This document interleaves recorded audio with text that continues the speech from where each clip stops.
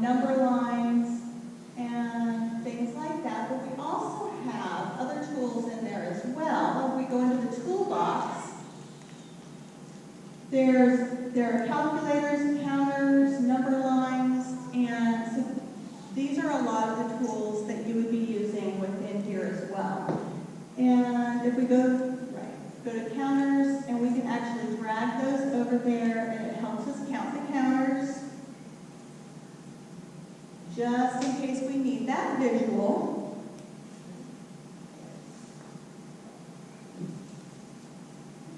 And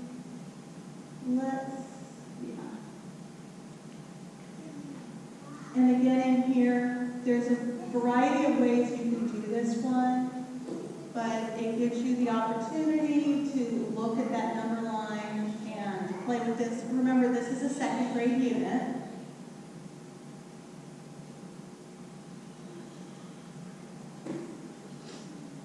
Okay, so yeah, there's an analog clock, there are shapes in there, and with the shapes, you have 2D and 3D. So you can toggle between those, and you can toggle between the different kinds of shapes. And when you highlight one of the edges, it will actually change that up there. So you can count the edges through there.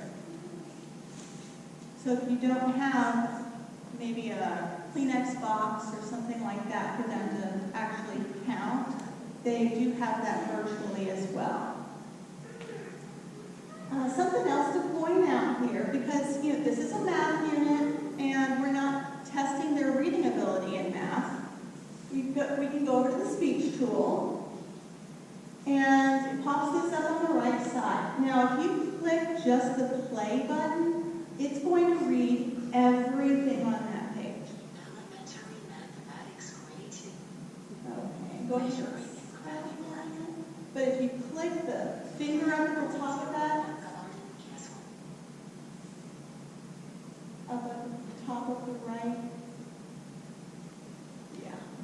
When you click that, if you click on just the beginning of the sentence, it'll actually read the sentence to you.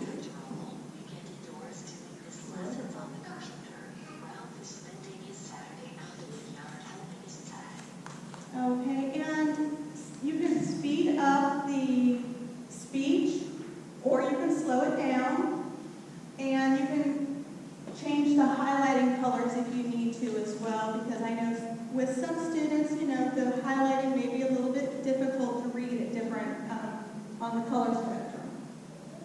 So,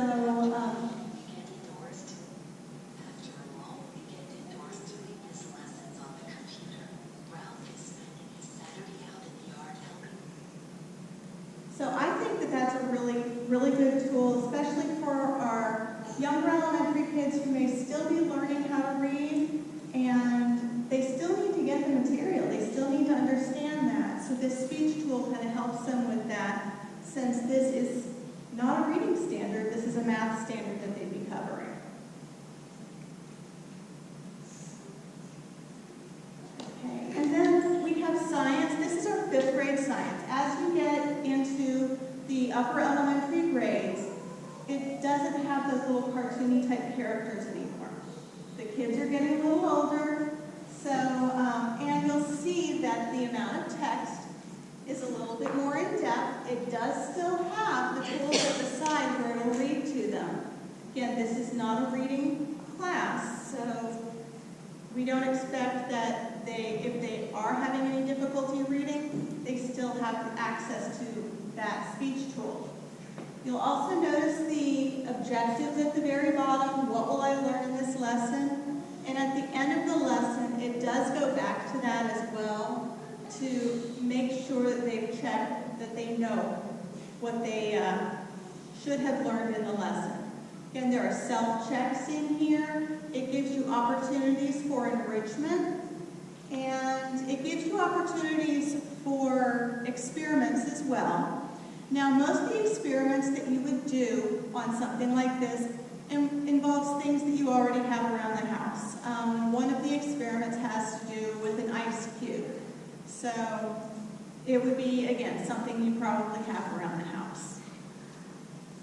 And again, for our English language arts, and one of the things I love to write, I'm a writer, so one of the things I do like for our English, and this is a third grade unit right here, third grade module, is that we actually have in there the graphic organizers for you, and it does work on teaching cursive as well. So these are other things that you would download so the kids can practice their cursive writing or their regular writing, because we do know that with the testing, the FSA testing and everything, right now it is paper-based for elementary. So they do need to be able to write, not just type. So this is an important aspect of this. So the resources right here, you have your anchor charts. We have different kinds of graphic organizers. Now, when you click on like the chronological graphic organizer, it does have a specific lesson it pertains to, but it can actually be used for any of the language arts types lessons. So, and then we get into the grade book, okay? Now, when I said that on the left side of your screen, you would have that toolbar, and on that toolbar, that's where you would access the grades or the assignments, even just to post the assignments into the class. Right here, you'll see the color key. If it is a red, that means that they scored 60% or below. Now, one of the great things about this is that if it's an assignment, that they have the opportunity to resubmit it. And they can resubmit it up to about 3 times before, and that means they can contact the instructor, maybe get a little bit more clarification, maybe go back through the lesson before they resubmit. Because the object here is not, you did the assignment, let's move on. It's mastery of the content. So making sure that the students have that understanding before they move on. The gray are things that may have been, they may exempt, the teachers may have exempted. Maybe it's a pretest or something of that nature. Now, the green is where you really want to be, of course. That's 60% or above. And anything that's been submitted that just has not been graded yet will be highlighted in blues. And it will show up in the teacher's grade book in their inbox, showing that it does still need to be graded. Any questions so far? I'm kind of going a little fast, I guess. I have a question. Yes, ma'am. So for the materials that you were showing, are Sure. those PDFs something that they can actually complete online, or does it need to be printed and then scanned to upload through the grade book? It's better to print it and then scan it. Now, there are, if you don't have a scanner at home or anything like that, there are apps on your phone that you can get, free apps. And you can just take pictures of them and upload those as well. They take PDFs, Word files, JPEGs, anything like that to upload the assignment into the book. So there are multiple ways of submitting it.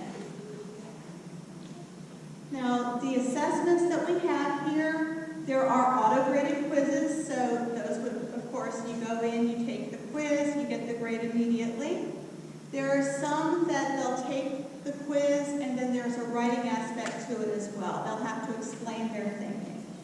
And so it'll be partially graded, and then the teacher will have the opportunity to grade the other portion of it. Written assignments, of course.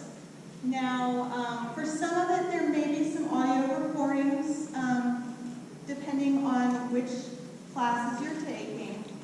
Work products, if they have to build something for a class, then there may be a way for you to build it and take a picture of it and upload it that way. For some of my students, I've even had them make a video of it and upload the little video. So there are module exams, and this doesn't take the entire segment or the whole semester at one glance. It takes it piece by piece. So we're looking at the module 2 with measurement maybe. And they'll take a module exam on that, but they're not going to be taking that exam